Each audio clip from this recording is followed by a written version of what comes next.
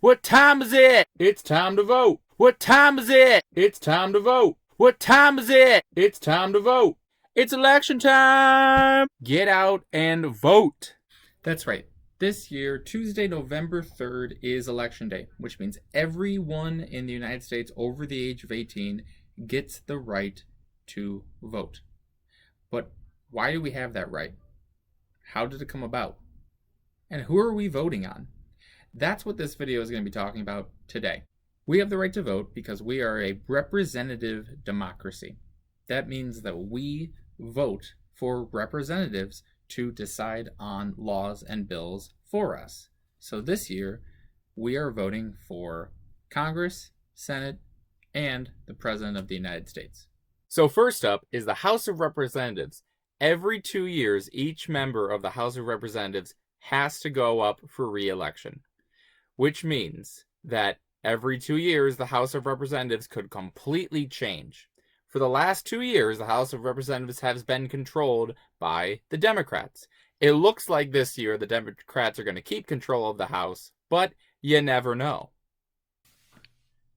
For Congress, we live in New York's 23rd District. This district is pretty big. It makes up 11 different counties. Our current congressional rep is Tom Reed. He's been in Congress since 2010. His challenger is the Democrat Tracy Matrano. Now, these two ran against each other in 2018, and Tom Reed won by 10% of the vote, which is pretty big. But this race could be a lot closer, so it's something to pay attention to.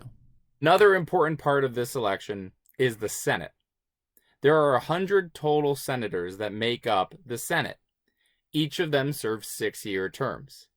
New York is not voting on a senator this year, so we don't really have to worry about it.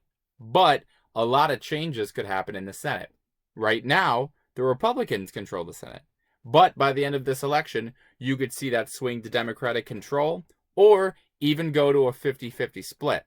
One race to pay close attention to is in Arizona, where the Republican Martha McSally, who replaced John McCain once he passed away, is running against the Democrat and former astronaut Mark Kelly. Now, this race is a complete 50-50 toss-up, and that senator doesn't have to wait until the end of January to take over. They can take over right after the election. This is really important because it could determine who wins president. If you could see more Democrats coming out and voting for Mark Kelly, then you could see Joe Biden winning that state in Arizona. If you see Trump getting supporters out in Arizona to vote for him, then you could see Martha McSally. So Arizona is one state to pay attention to in a really interesting election of the Senate this year. The last one, of course, the big one, is the presidency. The president serves 4-year terms. You can serve a total of 2.